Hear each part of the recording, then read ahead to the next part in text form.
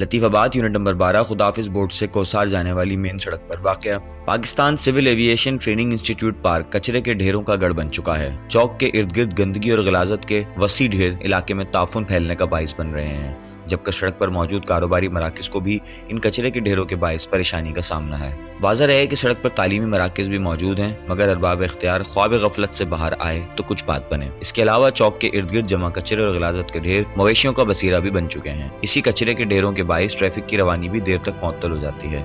इलाका मकीनों ने बल्दिया आला हैदराबाद से अपील की है कि जल्द कचरे के ढेरों को साफ किया जाए और उन्हें इस मुसीबत से छुटकारा दिलवाया जाए।